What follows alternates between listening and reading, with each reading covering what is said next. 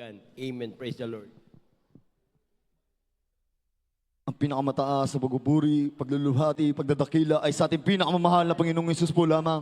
At dobleng paggalang po sa ating parents in the Lord at ating pong inaalala ang turut aral nating mahal na Pastor Will Estrada Almeida at ating Assistant Lina at Assistant Pastor Lina si Almeida. At pagbati rin po sa beloved children, children-in-law, pagbati rin po sa mga preachers, beloved workers, beloved choir, beloved instrumentalists, at pagbati rin po sa inyong mga minamahal. At lubos po tayong pinagpala sa araw nito mga minamahal. At nakasama po natin ating beloved Kuya Phil at beloved Baby Gavin. Amen, hallelujah.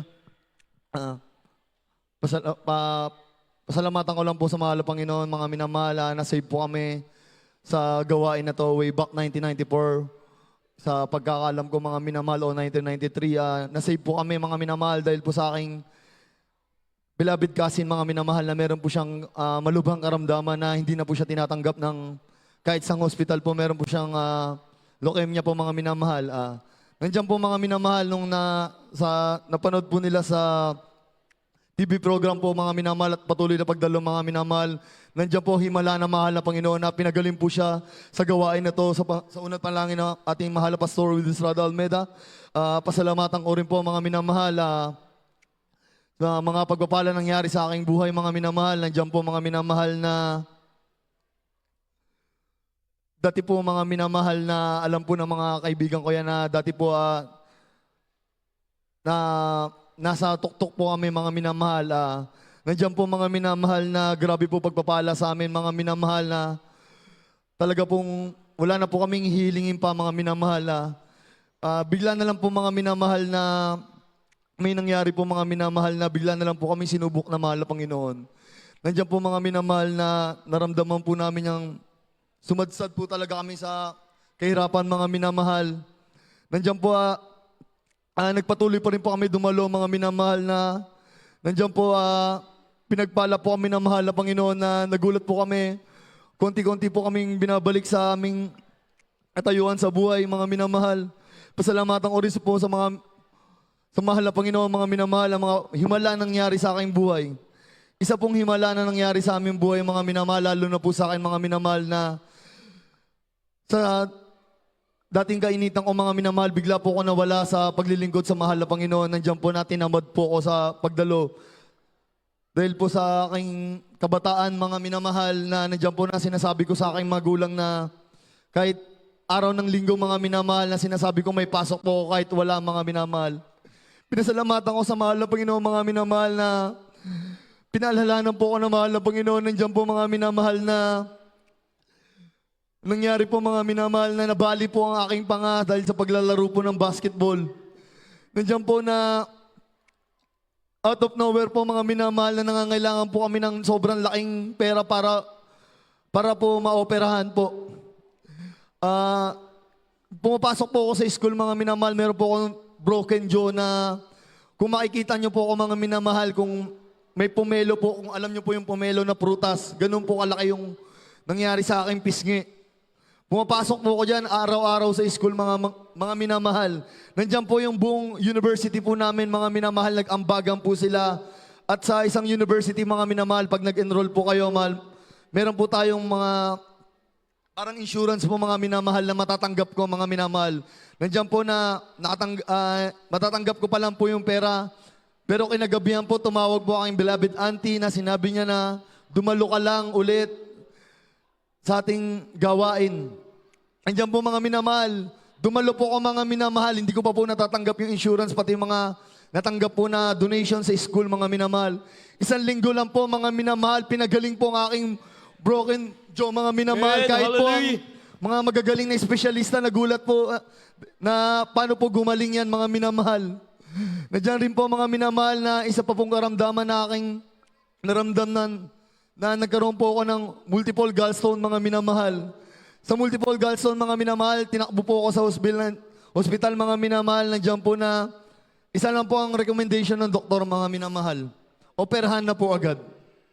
Nandiyan po ang aking beloved wife na humingi po ng backup prayer po sa ating beloved children. Nandiyan po ang reply lang po natin beloved children. Mag-release po kami ng 100% na pananampalataya Nandiyan mga minamahal, pumirma po kami ng waiver. Pagkapirma ko ng waiver mga minamahal, yung doktor ko po mga minamahal, pumunta po sa aking kwarto. Galit na galit po mga minamahal. Sabi niya, ikamamatay mo yan dahil sobrang dami mong bato. Nandiyan po na, sa loob lang po ng, paglabas po namin ng hospital, sa loob ng 6 na araw mga minamahal, na pagpupuri po mga minamahal, nandiyan po pinalabas po lahat ng aking bato, mga minamahal, na wala pong Praise the operasyon. Lord. Hallelujah. Grabe po, inamala sa una pa lang, inamala Pastor Will Estrada Almeda. Alam niyo po mga minamahal, meron pa po isang himala. Nandiyan po na, nung wala pa po akong beloved wife ng mga minamahal, nandiyan po, beloved mama ko lang po kasama ko sa aking bahay. Nandiyan po mga minamahal na nasobrahan po yung kain ng aking mama. Na isang gabi po mga minamahal, masaya pa po kami, nagulat po ko mga minamahal. Bigla na lang po siyang, parang nawalan ng malay, bigla siyang humingi ng tulong sa akin mga minamahal at bigla po siya nawala ng hininga mga minamahal. Bilang isang anak mga minamahal, alam niyo po ang ganyang pakiramdam, alam niyo po mga minamahal, nagpuri lang po ko mga minamahal. Kinasaot ko po yan sa una pa na mas Pastor, demonyo kamatayan. Lumayas ka sa pangalan ni Jesus. Nandiyan po maya mga minamahal na buhay po aking beloved mama. Amen. Isa po yan sa Hallelujah. himala na pinaramdam po sa amin ng mahal na Panginoon. Pasalamatan ko rin sa mga mahal na Panginoon, mga minamahal na during pregnancy po ng aking beloved wife, mga minamahal na napakarami pong komplikasyon na nangyari po mga minamahal na akala ko po na wala na po ang aming beloved daughter mga minamahal sa loob ng kanyang sinapupunan. Nandiyan po na 2 beses po siyang dinugo, hindi lang po basta spotting. Dinugo po talaga ang mga minamahal na pagdating namin ng emergency room, sabi ng doktor, magpray kayo, magpray kayo, maghanda kayo, baka kailangan na pong Nandiyan po mga minamahal nung kinagabihan na malakas pa po ang heartbeat na aking baby mga minamahal. Pinasalamatan ko yan at nung siya yung mga anak na po mga minamahal na nasa hospital na po kami mga minamahal. 24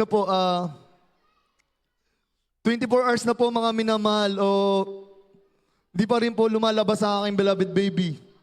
Nandiyan po umabot po yata ng 3 days mga minamahal, hindi pa rin po lumalabas. Nandiyan po nagagalit na po ang doktor. Sinabi magdesisyon na kayo, kailangan na natin i-cesarean. Isa lang po ang nasabi namin na sa una pa namin mga pastor, sa pangalan ni Jesus, magiging normal po ang panganganak ng aking beloved wife. Nandiyan po mga minamahal, kahit po kamag-anak mo mga minamahal, talagang tumatawag sa amin na ipasesaryan nyo na yan, huwag nyo na.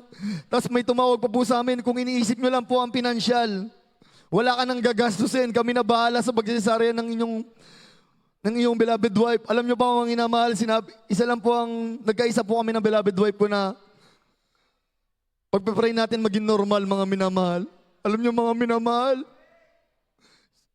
nagulat na lang po ako, tinawag po ako ng doktor. Nandiyan po, lumabas na normal ang aking anak na Amen. healthy Praise mga the Lord. minamahal. Hallelujah. Hallelujah. Pasalamatan ko rin mga minamahal. Nung panahon ng pandemic,